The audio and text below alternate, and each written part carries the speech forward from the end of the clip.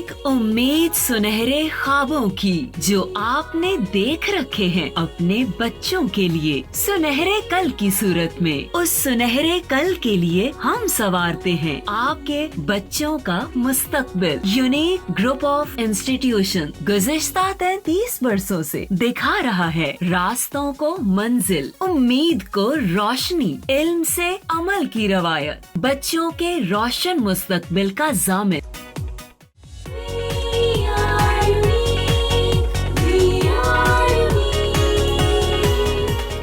अस्सलाम वालेकुम स्टूडेंट्स। बेटा लेक्चर नंबर 70 में हम लास्ट टाइम आपको बता के गया था कि हमारा जो 69th लेक्चर था उसके बाद जब हमने 70th लेक्चर स्टार्ट करना है तो उसमें हमने न्यूमेरिकल प्रॉब्लम्स डिस्कस कर रहे हैं। ये मैं न्यूमेरिकल प्रॉब्लम्स बुक की एक्सरसाइज में जो गिवन है, ये मेरे बुक का पेज नंबर 89 लिखा हुआ है। हम 13.3 तक कर चुके हैं, 13.4 डिस्कस करते हैं आज। स्टेटमेंट देखते हैं क्या लिखी हुई है, रिक्वायर्ड डाटा हमारा कैसे बनेगा, फार्मूला क्या यूज़ करेंगे, सोल्यूशन टू फाइंड क्या है और एंड पर रिजल्ट। उससे पहले मैं अपना एक छोटा सा लास्ट वाले टॉपिक जो हमने पढ़े थे यानी न्यूमेरिकल से रेलेवेंट बात बताने लगा हूँ। हमने एक लॉ पढ़ा था, कूलम्स लॉ। उस कूलम्स लॉ के accordingly, Coulomb's law of electrostatic जिसको नाम दिया जाता है, उसका हमने एक फार्मूला डिराइव किया था बेटा कि फोर्स ऑफ अट्रैक्शन या रिपल्शन किसकी इक्वल होती है, के Q1 Q2 divided by R square. Q1 charge, Q2 दूसरा चार्ज, R क्या था उनके दरमियान डिस्टेंस, K क्या था that is constant of proportionality. और मैंने कहा था कि हमने K की वैल्यू ज़ुबानी याद रखनी है, that is 9 × 10⁻⁹ newton metre square per coulomb square. ये वैल्यू हमने ज़ुबानी याद रखनी थी जी K की। न्यूमेरिकल की स्टेटमेंट देखते हैं कि स्टेटमेंट में वो क्या कहता है। और दूसरी बात, बड़ा इंपॉर्टेंट न्यूमेरिकल है 13.4, 2015 में बोर्ड में आ चुका हुआ है एज अ लॉन्ग क्वेश्चन के तौर पर, यानी लॉन्ग क्वेश्चन का जो बी पार्ट होता है वो न्यूमेरिकल होता है तो उसमें आ चुका हुआ है। लेकिन सबसे पहले अपना डाटा देखते हैं कि डाटा में हमारे पास क्या क्या वैल्यूज़ हैं, डाटा हमारे पास आएगा कैसे। डाटा से पहले भी मैं एक और चीज़ बता दूं आपको। फॉर एग्जांपल ये डायग्राम आपने बनानी नहीं बच्चों, सिर्फ समझाने के लिए बता रहा हूँ। ये एक मेरा चार्ज था जिसको मैंने Q1 के साथ रिप्रेजेंट किया, इधर मेरा एक चार्ज था जिसको मैंने Q2 के साथ रिप्रेजेंट किया। इन दोनों के दरमियान ये डिस्टेंस R था। अगर इतना डिस्टेंस है, एग्जाम्पल बता रहा हूँ, अगर इतना डिस्टेंस है तो इनके दरमियान कोई भी एक फोर्स एग्जिस्ट कर रही होगी। अगर तो ऑपोजिट चार्जेस होंगे, ये पॉजिटिव हो ये नेगेटिव हो, तो अट्रैक्शन की होगी। अगर सिमिलर चार्जेस होंगे तो रिपल्शन की फोर्स होगी। इस फोर्स की कोई वैल्यू होगी इस R पर, यानी R जितनी भी वैल्यू गिवन है, यानी इतने डिस्टेंस पर फोर्स का कुछ अपना एक मैग्नीट्यूड होगा। कितनी फोर्स है, मैग्नीट्यूड का मतलब ये होता है। अगर मैं इसी डिस्टेंस को रिड्यूस कर दूं, यानी ये डिस्टेंस अगर मैं कम कर दूं बच्चों, यहाँ था मैं चार्ज को यहाँ ले आया Q1 चार्ज, दूसरा चार्ज मेरे पास यहाँ पर Q2 हो गया। इन दोनों के दरमियान ये डिस्टेंस जो था ये क्या हो चुका हुआ है, ये जो R डिस्टेंस था ये बच्चों रिड्यूस हो गया। रिड्यूस का मतलब है कम हो गया, ऐसे ही है। जब क्या चीज़ रिड्यूस हुई है, डिस्टेंस। ये आपको समझाने के लिए बता रहा हूँ सिर्फ सारा स्केच।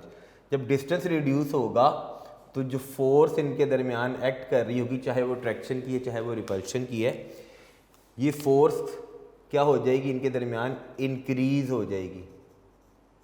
यानी यहाँ पर जो वैल्यू थी इस गिवन डिस्टेंस पर, इस गिवन डिस्टेंस पर वो वैल्यू ने क्या हो जाना है, इंक्रीज। अब हमारे न्यूमेरिकल की स्टेटमेंट भी यही है, ध्यान से आप ज़रा देखिए। कहते हैं two charges repel each other, इसका मतलब अपोजिट चार्जेस हैं। पहली तो बात ये होगी, सिमिलर नहीं है, यानी एक पर पॉजिटिव है दूसरा नेगेटिव है, with a force of 0.1 Newton. मुझे कहता है दो चार्जेस एक दूसरे को रिपेल कर रहे हैं, किस फोर्स के साथ, 0.1 न्यूटन के साथ। तो डाटा में पहली चीज़ क्या आ गई बेटा जी, फोर्स। फोर्स को हम रिप्रेजेंट करते हैं F के साथ, उसकी वैल्यू इसने गिवन की हुई है 0.1 न्यूटन। फोर्स का यूनिट न्यूटन है, साथ साथ रहिएगा। अब कहता क्या आगे, कहता व्हेन दे आर कितना 5 सेंटीमीटर अपार्ट, जब उनके दरमियान, फॉर एग्जांपल हम इधर देख लेते हैं कि ये डिस्टेंस कहता है कि उनके दरमियान कितना है 5 सेंटीमीटर का। पहली तो बात है डिस्टेंस सेंटीमीटर में अंदर आ गया, उसको आपने चेंज करना है किसके अंदर, मीटर्स में। तो डिस्टेंस बिटवीन चार्जेस, ये खाली डिस्टेंस लिख लें, लेकिन बेटा डिस्टेंस आर कितना है 5 सेंटीमीटर का। इधर ही सेंटीमीटर से मीटर में कन्वर्ट करें, हमें पता है, हम पढ़ चुके हैं कि 1 मीटर में कितने सेंटीमीटर होते हैं, 100 सेंटीमीटर। सेंटीमीटर से मैंने मीटर में जाना है, स्मॉलर से लार्जर यूनिट में जाना है, तो मैं डिवाइड करूंगा 100 के फैक्टर के साथ। यानी 5 को मैंने डिवाइड किया किसके साथ, by 100, so I get 0.05 and the unit is now metre. फिर से बता रहा हूँ स्टेटमेंट में क्या कह रहा है, कहते हैं दो चार्जेस हैं जिनके दरमियान डिस्टेंस कितना है 5 सेंटीमीटर का। उस वक्त उनके दरमियान क्योंकि रिपेल कर रहे थे, फोर्स ऑफ रिपल्शन कितनी है 0.1 न्यूटन की। अब हमने दोबारा से क्या फाइंड आउट करना है, कहते हैं जी दोबारा से फाइंड करें, find the forces between the same charges. Charges अभी भी वही हैं, जो ये चार्ज था, चार्ज अभी भी सेम है। When they are 2 centimetre apart, अब यही डिस्टेंस आर जो था वो कितना हो गया है 2 सेंटीमीटर। अब मैंने बताया अभी आपको कि अगर डिस्टेंस 5 सेंटीमीटर था उस वक्त फोर्स का अपना एक मैग्नीट्यूड था, ठीक है। फॉर एग्जाम्पल हम समझ लेते हैं कि वो मैग्नीट्यूड कितना गिवन है 0.1 न्यूटन का, ठीक है जी। ऐसे ही अगर r 2 सेंटीमीटर हो गया, पहले 5 सेंटीमीटर दूर था, जब 2 सेंटीमीटर के डिस्टेंस पर आ गया तो इसका मतलब है अब ये जो फोर्स का मैग्नीट्यूड है ये इंक्रीज हो जाएगा, यानी अब हमारे पास दोबारा जब फोर्स आएगी तो वो ज़्यादा आएगी। वही चीज़ हमने फाइंड आउट करनी। मैंने पहले आपको बता दिया कि फोर्स का मैग्नीट्यूड ज़्यादा होगा, अब चेक करते कितना ज़्यादा होगा। अब दूसरा उसका क्वेश्चन क्या है कि find the forces between the same charges when they are 2 centimetre apart, कि जब उनके दरमियान डिस्टेंस कितना हो जाए 2 सेंटीमीटर हो जाए, तो अब आपने फोर्स बतानी है क्या है, कितनी है। तो ये डिस्टेंस था 5 सेंटीमीटर का, ठीक है। एक और डिस्टेंस गिवन किया हुआ उसने, distance between the 2 charges are, वो कितना गिवन है जी, दैट इज 2 सेंटीमीटर। 2 सेंटीमीटर है, इसको भी मीटर में चेंज कर लें, 2 को डिवाइड करें 100 के साथ, तो वी गेट 0.02 मीटर। ऐसे ही 2 को 100 से डिवाइड किया 0.02 आता है, कैलकुलेटर से आपने चेक करके देख लेना जी, ठीक होगी बात जी। अब देखिएगा दो डिस्टेंस आ गए। अब मैं इस डिस्टेंस को रिप्रेजेंट कर लेता हूँ किसके साथ, R1 के साथ। ये मेरा पहला डिस्टेंस था, ये मेरा दूसरा डिस्टेंस, इसको मैं रिप्रेजेंट कर लेता हूँ R2 के साथ जी। और डाटा में हमें कोई चीज़ नहीं गिवन, सिर्फ हमने एक अपने पास से वैल्यू लिखनी है प्रोपोर्शनैलिटी कांस्टेंट K की। K किसकी इक्वल है 9 multiply by 10 power 9 newton metre square per coulomb square. ये जी मेरा K आ गया, ठीक है जी। अब मैंने डाटा के बाद हमने क्या चीज़, फार्मूला, हमारी नेक्स्ट हेडिंग क्या आनी है, टू फाइंड की, कि भाई फाइंड हमने क्या करना है। फाइंड हमने ये करनी है, एक तो ये फोर्स थी ना जो गिवन है, भाई दोबारा से हमने फाइंड आउट करनी है कि उन दोनों के दरमियान एक्ट करने वाली फोर्स का मैग्नीट्यूड कितना हो जाना है जब डिस्टेंस 2 सेंटीमीटर हो जाएगा जी। तो जी अब हमने फाइंड में फोर्स फाइंड आउट करनी है दोबारा से, लेकिन अब इस फोर्स को F ये फाइंड आउट करनी है। इसको मैं किसके साथ रिप्रेजेंट कर लेता हूँ, F प्राइम के साथ, ऊपर डैश लगा दिया। यानी अब ये मेरी नई फोर्स आएगी, क्योंकि ये फोर्स तो नहीं ना रहेगी। अब ये मेरी नई फोर्स आनी, जो मैंने ये फोर्स फाइंड आउट करके देनी है जी। ये जो हो गया टू फाइंड के बाद हमने यूज़ करना है जी क्या चीज़, फार्मूला। फार्मूला वही कूलम्स लॉ का फार्मूला क्या है, फार्मूला हमने ये यूज़ करना है जी, F is equal to K Q1 Q2 divided by R square. Basic formula हमारा ये था ना, क्योंकि मैंने चार्जेस उसने नहीं बताए, बस उसने सिर्फ ये बताया 2 चार्जेस से। एक फार्मूला मैंने ये यूज़ करना है, उस वक्त मेरा डिस्टेंस r, जब मैं ये f के साथ यूज़ करूँगा तो मेरा डिस्टेंस क्या होगा, r1 का स्क्वायर। Got it. अब आपने ध्यान से मेरी बात सुननी, उसने ये कहा दोबारा से कि find the forces between the same charges, कि चार्जेस अभी भी सेम हैं। अगर सेम है तो दोबारा फोर्स, चार्जेस तो वही रहेंगे। अब मेरी फोर्स क्या आनी है, एफ डैश इक्वल्स टू, के ने तो वही रहना है, उसने तो नहीं ना चेंज होना प्रोपोर्शनैलिटी कांस्टेंट ने। अब उसका क्वेश्चन था कि चार्जेस भी सेम हैं, चार्जेस भी सेम है तो इसका मतलब है क्या आएगा, Q1 Q2, लेकिन उनमें डिस्टेंस कितना हो चुका है, 2 सेंटीमीटर का। जब डिस्टेंस 2 सेंटीमीटर का हो गया तब मेरा डिस्टेंस का कौन सा वाला लगाऊंगा, R2 का स्क्वायर, R2 और इसका क्या आएगा, स्क्वायर। दोबारा से मैंने फार्मूला ये यूज करना है। अब 2 तरीके हैं, यहां तो हम क्या कर लें, देखिएगा ध्यान से, यहाँ R1 डिवाइड हो रहा है स्क्वायर, इसको इधर जाके मल्टीप्लाई कर लूँ, इधर भी डिवाइड हो रहा है, इधर जाके मल्टीप्लाई करूँ, तो राइट साइड में मेरा factor k Q1 Q2 k Q1 Q2 इधर भी आ गया, इधर भी आ गया। मैं left hand side right hand side equal करके क्या निकाल लूँगा, अपनी फोर्स F डैश की वैल्यू कैलकुलेट कर लूँगा। ठीक, अब आपकी मर्जी, आप जिस मर्जी तरीके से इसको सॉल्व कर लें।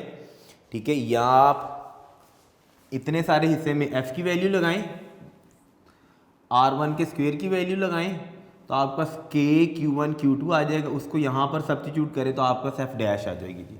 ठीक है जी, जोन सा तरीका आपको इजी लग रहा है आपने उस तरीके से इसको सॉल्व कर लेना है जी। फार्मूला मैं भी ईजीएस्ट मेथड ही करूँगा ताकि आप इसको इजीली अंडरस्टैंड कर लें। सोल्यूशन में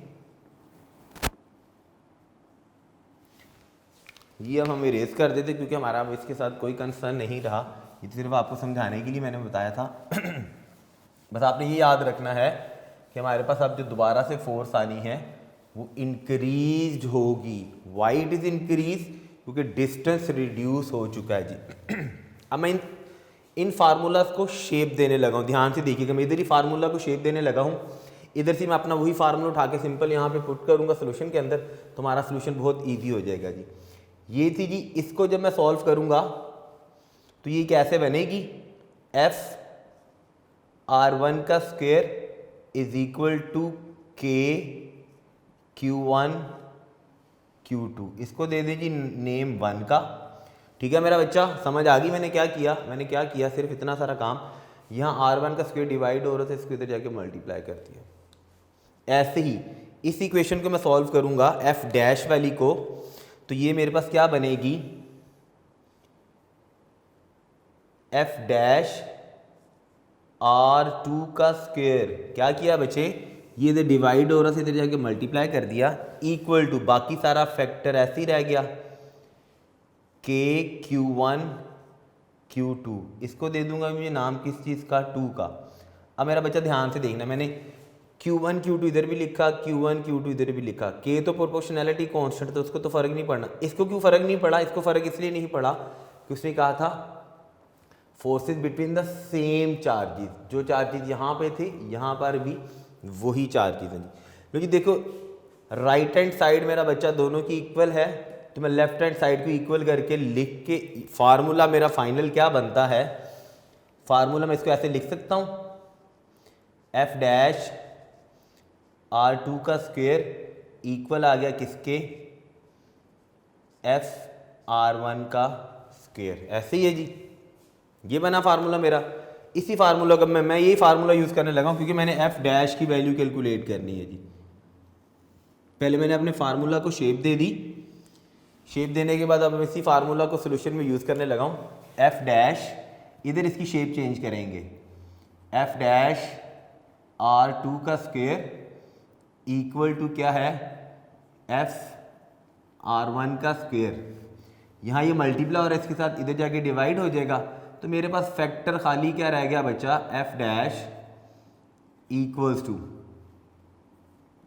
F R1 square divided by, ये इधर नीचे जाके डिवाइड हो जाएगा R2 का स्क्वायर। लीजिए F dash equals to, values लगा दें, आसान हो गया ना काम। वैल्यू देखिएगा, एफ की वैल्यू कितनी थी 0.1 न्यूटन की। जी फोर्स की वैल्यू मैंने लगाई 0.1 मल्टीप्लाई बाय R1 कितना था मेरा बच्चा 0.05, दैट इज 0.05 और उसका स्क्वायर लिखना मत भूलिएगा, होल डिवाइडेड बाय R2 कितना था 0.02। देखिए यहाँ पे आ गया 0.02 और उसका स्क्वायर लिखना मत भूलिएगा जी। नहीं जी, अब वैल्यू निकाल लेते हैं, F dash is equal to, solve कर ले ज़रा जी क्या आंसर बनता है। थोड़ी सी कैलकुलेशन कर लें, 0.1 को मल्टीप्लाई किया हमने किसके साथ 0.05 का स्क्वायर। जी 0.05 का मैं स्क्वायर ले लेता हूँ, 0.05 का स्क्वायर मल्टीप्लाई कर लें जी, कैलकुलेटर से कीजिएगा। 0.05 को मल्टीप्लाई किया 0.05 से, सो वी गेट, हमारे पास आंसर बन गया जी 0.05 मल्टीप्लाई बाय 0.05। आंसर में आ गया बच्चा जी कितना 2.5 इंटू 10⁻³ 2.5 आप मल्टीप्लाई करके लिख लें, मेरे पास आंसर बन रहा है 2.5 इंटू 10⁻³ जी, बिल्कुल यही बना है, गलती मत कीजिएगा। 0.05 को मल्टीप्लाई किया 0.05 से, यहाँ स्क्वायर ले लिया तो 2.5 मल्टीप्लाई बाय 10⁻³ यानी 2.5 मल्टीप्लाई बाय 10⁻³ का मतलब क्या हुआ, जब मैं उसको साइंटिफिक नोटेशन में लिखा हुआ है, जब मैं उसको स्टैंडर्ड फॉर्म में लिखूंगा, यानी आंसर ये आ रहा है जी 2.5 इंटू 10⁻³ इसका मतलब क्या हुआ कि ये एक्चुअली 0.0025 बना है जी। ऐसे ही है जी, 10⁻³ का मतलब है पॉइंट को 3 डिजिट्स लेफ्ट साइड पे मूव कर दें, तो 0.005 का स्क्वायर का आंसर क्या आया, दिस इज 0.0025। इसको डिवाइड करूंगा बच्चा किसके साथ 0.02 के स्क्वायर से, 0.02 को भी कभी स्क्वायर ले लें 0.02, तो ये मेरे पास आया जी 0.4 मल्टीप्लाई बाय 10⁻⁻⁴। आंसर ये आ रहा है जी मेरे पास 4 मल्टीप्लाई बाय 10⁻⁻⁴ का मतलब हुआ 0.0004, -4 का मतलब है 4 डिजिट्स पॉइंट लेफ्ट साइड पे चला गया। 0.02 का स्क्वायर आ गया जी 0.004, 0.1 को इससे मल्टीप्लाई करें जी, एफ डैश 0.1 को 0.0025 से मल्टीप्लाई किया, मैं सिर्फ ऊपर वाले न्यूमरेटर फैक्टर को मल्टीप्लाई कर रहा हूँ जी। 0.1 को मल्टीप्लाई किया 0.0025 से, सो वी गेट 0.0025। इनको मल्टीप्लाई किया तो हमारे पास आंसर आया बेटा 0.00025। इसको मैंने डिवाइड करना है किसके साथ 0.004 के साथ। अब देखते हैं ये आंसर हमारा कितना बनता है जी, एफ डैश वो जो नई फोर्स आनी है, इन दोनों को डिवाइड कर लें, डिवाइड करने से वी गेट 0.00025 को डिवाइड किया हमने 0.004 से, सो वी गेट आंसर 0.625 जी, बिल्कुल बुक में आंसर 0.62 है तो हमारा 0.625 आ रहा है, ठीक है जी। वी गेट आंसर 0.625 4C, तो उसका यूनिट क्या आया न्यूटन। देखिएगा मैंने बताया था कि जो नई फोर्स आएगी, क्योंकि हम डिस्टेंस क्या कर चुके हैं रिड्यूस कर दिया है, तो डिस्टेंस रिड्यूस होने से वो जो न्यू फोर्स आनी है हमारे पास उसका मैग्नीट्यूड इंक्रीज हो गया होगा। पहले था 0.1, अब कितना हो गया 0.6, इंक्रीज होगी। लेकिन लास्ट पे इसका क्या आना है बेटा रिजल्ट में हमने क्या लिखना है, रिजल्ट में तो सिर्फ मैं बार बार बता चुका हूँ कि रिजल्ट हमारा किस चीज़ पर कंसिस्ट करता है, जो हमने फाइंड करना होता है that is actually the result. तो रिजल्ट में हमने क्या फाइंड आउट की थी, नई फोर्स एफ डैश किसकी इक्वल आई हमारे पास 0.625 न्यूटन के जी। यहाँ पे जी बच्चे जी न्यूमेरिकल हमारा कंप्लीट हो गया, दैट इज़ 13.4। और बड़ा इंपॉर्टेंट न्यूमेरिकल था जो कि बोर्ड में 2015 में आ चुका हुआ है जी। 13.4 के बाद देखते हैं जी बच्चे, 13.4 हो गया जी हमारा, हम साथ साथ लिखते जाते कितने हम करेंगे आज। ये हो गया जी। नेक्स्ट 13.5 देखते हैं उसकी स्टेटमेंट क्या है, उसको सॉल्व करते हैं। उस स्टेटमेंट से रेलेवेंट अगर हमारा कोई डाटा बनता है कि क्या उसमें यूज़ होना है, फार्मूला हमारा क्या यूज़ होना है, उस फार्मूला को भी देखते हैं जी कि फार्मूला क्या बनना है जी। बेटा न्यूमेरिकल नंबर 13.5 स्टेटमेंट में क्या लिखा हुआ है, उससे रेलेवेंट फार्मूला क्या यूज़ करेंगे हम। पहले स्टेटमेंट पढ़ते हैं, फिर मैं आपको फार्मूला पहले डिज़ाइन करके देता हूँ, फिर उसके बाद हम इसको सॉल्व करेंगे। ठीक है जी। 13.4 में हमने कूलम्स लॉ का फार्मूला यूज़ किया था। इसमें वो कहता है द इलेक्ट्रिक पोटेंशियल, हमने टॉपिक पढ़ा था इलेक्ट्रिक पोटेंशियल या इलेक्ट्रोस्टैटिक पोटेंशियल का। तो इसका मतलब है फार्मूला भी फिर इसी का ही यूज़ होना है जी। क्या चीज़, इलेक्ट्रिक पोटेंशियल। इलेक्ट्रिक पोटेंशियल क्या है, मैं फिर से बता देता हूँ दोबारा से आपको कि इलेक्ट्रिक पोटेंशियल क्या है। वैसे शॉर्ट सा फार्मूला बनाने लगे हम। इलेक्ट्रिक पोटेंशियल ये था, फार्मूला हमारा बनेगा कैसे, ये कोई चार्ज था, चार्ज की सराउंडिंग में ये सारी की सारी मैंने क्या बनाई है, this is an electric field है जी। इलेक्ट्रिक फील्ड जाहिर बात है किसी भी चार्ज की सराउंडिंग में होगी। हमारे पास किसी इन्फिनिट डिस्टेंस पर,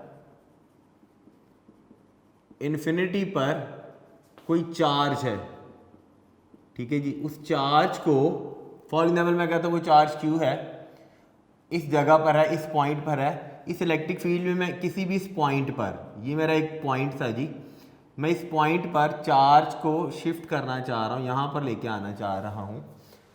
तो इन्फिनिट से इलेक्ट्रिक फील्ड में किसी भी गिवन पॉइंट पर चार्ज को लाने के लिए जितना चार्ज पर क्या किया जाता है, वर्क डन, किस पर, गिवन चार्ज पर, वो चीज़ क्या कहलाती है, that is actually called as, उसे हम क्या नाम देते हैं, दैट इज़ कॉल्ड एज, वही तो है जी इलेक्ट्रिक पोटेंशियल। क्लियर हो गया जी। अब फार्मूला हमारा क्या है, इलेक्ट्रिक पोटेंशियल को हम रिप्रेजेंट करते हैं V के साथ, वर्क डन W था, चार्ज हमारा क्या था, Q था। फार्मूला हमने ये यूज़ करना है ये इलेक्ट्रिक पोटेंशियल के लिए। अब ये ज़रा स्टेटमेंट देखिए उसमें कहता क्या है, कहता है the electric potential at a point in an electric field. भाई इलेक्ट्रिक फील्ड में किसी भी पॉइंट पर उसने V, इस पॉइंट पर उसने हमें V की वैल्यू खुद बताई हुई है, इलेक्ट्रिक पोटेंशियल। तो डाटा में पहली चीज क्या आ गई, लीजिए डाटा में पहली चीज इलेक्ट्रिक पोटेंशियल की वैल्यू गिवन की हुई है एट अ पॉइंट। तो पहली चीज डाटा में क्या आ गई हमारे पास जी इलेक्ट्रिक पोटेंशियल की वैल्यू गिवन है, जिसको हम रिप्रेजेंट करते हैं V के साथ। वो कितनी गिवन है जी, 10 पावर 4 वोल्ट। V वोल्ट है। इलेक्ट्रिक पोटेंशियल का हम ये सारा कुछ पढ़ चुके हुए हैं। इलेक्ट्रिक पोटेंशियल का यूनिट हमने पढ़ा हुआ है, यूनिट क्या होता है उसका, VOLT, वोल्ट। W से ना वोल्ट समझ लीजिएगा। कहता है इफ अ चार्ज ऑफ, कितना है चार्ज पर मैग्नीट्यूड कितना है, प्लस, पॉजिटिव चार्ज है, 100 micro coulomb is brought from infinity. भाई चार्ज ये था, उस चार्ज पर मैग्नीट्यूड कितना गिवन है, 100 माइक्रो कूलम का।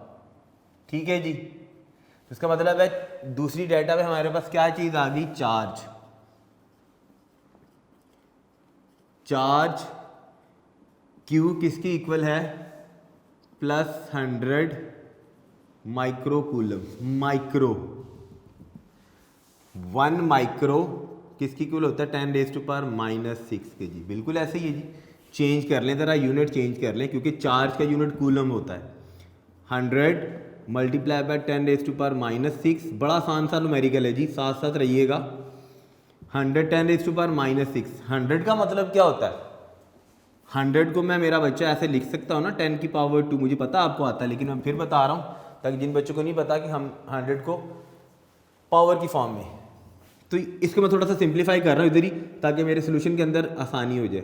100 है जी 10 का square multiply by 10 power -6 Coulomb's, तो Q किसकी इक्वल आ गया 2 - 6 का मतलब क्या रहेगा 10⁻⁻4 कूलम, ऐसे ही है जी बिल्कुल। 10 की पावर 2 था, मल्टीप्लाई किया 10 पावर -6 के साथ, तो बेसिस सिमिलर हो तो पावर से ऐड हो जाती है, कितनी रहेगी 10⁻⁻4। गॉट इट जी। ये मेरा चार्ज आ गया। Is brought from infinity to this point, what is, बस डाटा में और कोई चीज नहीं है, व्हाट इज, हमने क्या फाइंड आउट करना है, वर्क डन ऑन इट। क्योंकि फार्मूला देखिएगा, फार्मूला के अंदर electric potential is equal to work done on charge, और कोई चीज, कोई प्रोपोर्शनैलिटी कांस्टेंट, कोई चीज नहीं है। डाटा इतना सारा हो गया। टू फाइंड में भाई, टू फाइंड क्या करना है, उस चार्ज पर कितना वर्क डन हम करेंगे। लो जी, क्या चीज फाइंड आउट करनी है, वर्क डन W के साथ रिप्रेजेंट करते हैं जी, ये फाइंड आउट करना है हमने। टू फाइंड के बाद फार्मूला हमारा हमने अपने बेसिक फार्मूला से स्टार्ट करना है। बेसिक ये था, एक्चुअल उसी की शेप चेंज करनी है जी। फार्मूला जी बच्चों, V is equal to work done on given charge. हमने फाइंड क्या करना है, W। फार्मूला को हम थोड़ी सी शेप दे लेते हैं, रीअरेंज कर लेते हैं जी। Q इधर डिवाइड हो रहा है तो इधर जाके शाबाश क्या हो जाएगा, मल्टीप्लाई। इसका मतलब है W इज इक्वल टू क्या बन गया, QV। ये है जी फार्मूला जो हमने यूज करना है जी। ठीक हो गया जी। आ जाइए जी सोल्यूशन पे। सोल्यूशन में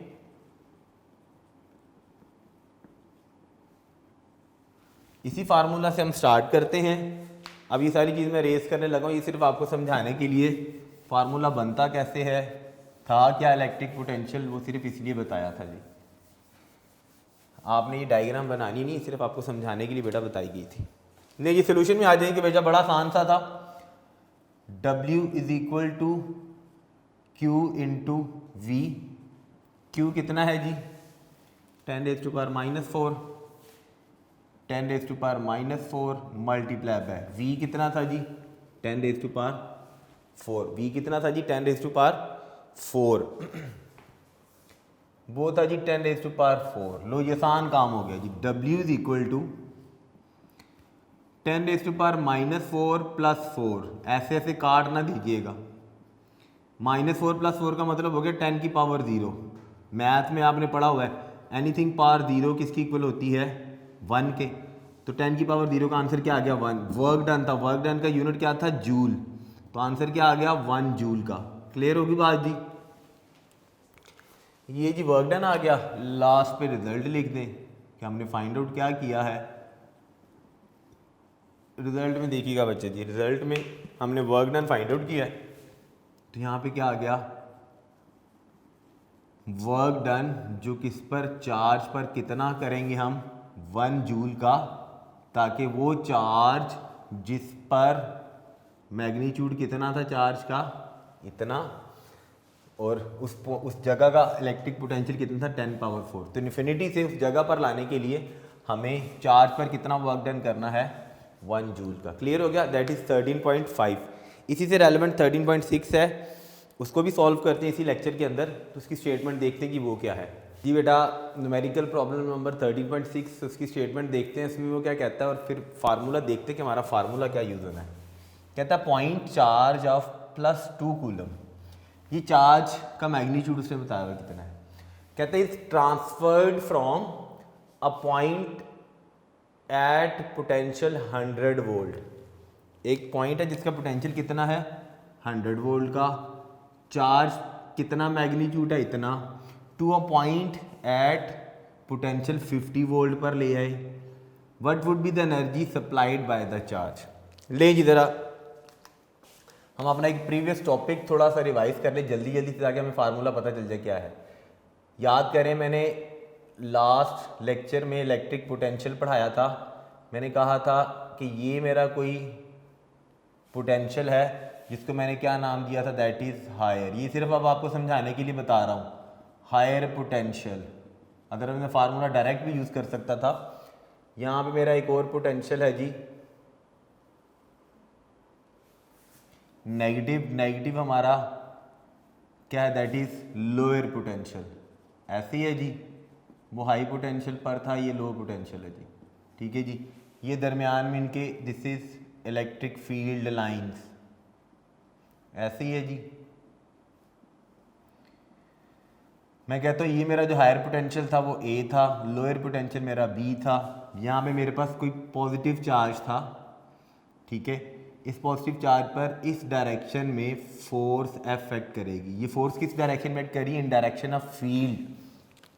इसका मतलब है ये पॉजिटिव चार्ज जब इलेक्ट्रिक फील्ड में फ्री छोड़ा जाएगा तो जाते हुए चार्ज जो हमें एनर्जी सप्लाइड करेगा, एनर्जी सप्लाइड बाय चार्ज। याद करें हमने एक फार्मूला डिराइव किया था, the energy supplied by the charge किसकी इक्वल थी, Q charge into higher potential को हमने किसके साथ रिप्रेजेंट किया था, वी ए के साथ। लोअर पोटेंशियल को हमने किसके साथ रिप्रेजेंट किया था, वी बी के साथ। This is the energy supplied by the charge. ये कौन सा चार्ज है, मैंने positive charge move from higher potential to lower potential.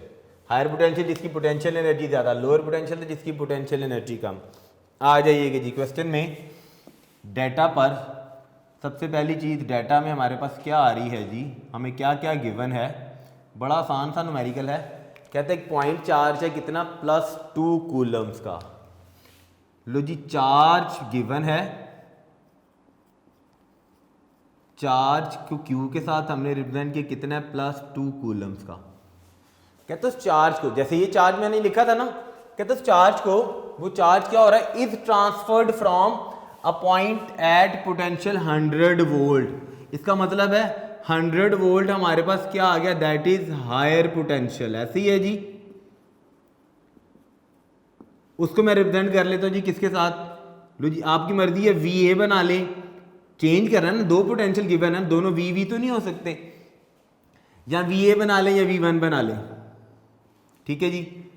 कितना है जी ये, दैट इज 100 वोल्ट का। आ जाइए उसके बाद लोअर पोटेंशियल।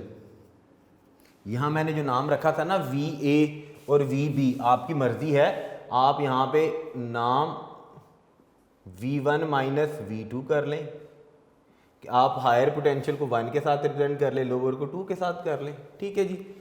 तो हायर पोटेंशियल मेरा कितना हो गया, 100 वोल्ट। कहते हैं वो कहाँ से कहाँ गया, 50 वोल्ट पर। 50 वोल्ट का मतलब है कौन सा वाला पोटेंशियल हो गया, that is lower potential, V2। Base में 2 लिखना है, कितना है जी, 50 वोल्ट का। बस, और कोई चीज़ डाटा में नहीं गिवन। हमने फाइंड आउट क्या करना है, टू फाइंड में जी हमारे पास है जी क्या, what would be the energy supplied by the charge. Charge जाते हुए कितनी एनर्जी सप्लाई करेगा, ये फार्मूला की हमने डेरिवेशन की थी। तो टू फाइंड में हमारे पास क्या आना है, energy supplied by the charge, जो हमने फाइंड आउट करनी है जी। Energy supplied by charge, charge ने जो एनर्जी सप्लाई करनी है उसकी हमने क्या करनी है, वैल्यू कैलकुलेट करनी है जी। मैं एक और बात भी बताता जाऊँ, यहाँ पे एनर्जी सप्लाइड बाय चार्ज को हम किसके साथ रिप्रेजेंट करते हैं, W के साथ। यानी चार्ज पर जितना वर्क डन किया जाता है, वो वर्क डन करने में चार्ज जब हायर से लोअर पोटेंशियल की तरफ जाएगा, पॉजिटिव चार्ज, तो हमें एनर्जी सप्लाई करेगा। तो energy supplied by the charge को हम रिप्रेजेंट कर लेते किसके साथ, W के साथ। ठीक होगी बात जी। ये हो गया जी energy supplied by the charge. To find formula जो हमने बनाया, ध्यान से बच्चों साथ रहिएगा, हमने V1 V2 नाम रखा। फार्मूला भी तो हमारे पास फिर V1 और V2 की फॉर्म में बनेगा। इसका मतलब है energy supplied by the charge W किसकी इक्वल है, Q into V1 minus V2। ये है जी फार्मूला हमारा। सोल्यूशन पर आ जाइए। सोल्यूशन में हमने इसी फार्मूला को यूज़ करते हुए सॉल्व करना है जी। W is equal to work done, W work done energy supplied by the charge की इक्वल होती है जी Q V1 माइनस V2 जी। बहुत आसान और बहुत सिंपल सा न्यूमेरिकल है जी। Q कितना है? +2 कूलम का। Q की जगह आ गया जी 2 इंटू V1 कितना था? हायर पोटेंशियल 100 वोल्ट का, 100 माइनस V2 कितना था जी? 50 का। इसकी जगह आ गया मेरा बच्चा कितना? 50 ब्रैकेट क्लोज, 2 ऐसे ही आ गया। 100 माइनस 50 का आंसर शाबाश 50 होता है जी। W इज इक्वल टू 2 को 50 से मल्टीप्लाई किया कितना आया? 100। वर्क डन या एनर्जी दोनों का यूनिट क्या होता है? जूल ही होता है जी। तो इसमें भी क्या आ गया? जूल। लास्ट पर हमारा क्या आ गया जी? रिजल्ट हमारा क्या था जो हमने फाइंड आउट किया है? That is actually the result. Result क्या है जी? Energy supplied by the charge. पूरा लिख लें जी। एनर्जी सप्लाइड बाय चार्ज, जिसको मैंने W के साथ रिप्रेजेंट किया, वो मेरे पास कितनी आई? 100 जूल की जी। ये जी लास्ट में मेरे पास आंसर आ गया। The energy supplied by the charge कितनी आई है मेरे पास? 100 जूल की। यहाँ पर बेटा न्यूमेरिकल प्रॉब्लम नंबर 13.6 भी हमारा ख़त्म हो गया। एक लेक्चर में 3 ही बड़े हैं, क्योंकि और चौथा जो है नेक्स्ट वाला न्यूमेरिकल प्रॉब्लम नंबर 13.7, उससे रेलेवेंट टॉपिक अभी हमने पढ़ना है। हम जितने टॉपिक्स पढ़ चुके हैं इलेक्ट्रिक पोटेंशियल तक या इलेक्ट्रोस्टैटिक पोटेंशियल तक, वहाँ तक 13.6 न्यूमेरिकल प्रॉब्लम से, ठीक है, एक हम न्यूमेरिकल एग्जाम्पल कर चुके हुए हैं स्टार्ट पर, ठीक है जी। नेक्स्ट वाले लेक्चर 71 में हम एक टॉपिक पढ़ लेते हैं, ठीक है, उससे रेलेवेंट अगर कोई न्यूमेरिकल प्रॉब्लम हुआ तो उसको सॉल्व कर लेंगे। तब तक के लिए बेटा अपना बहुत सारा ख्याल रखिएगा। अल्लाह हाफिज़।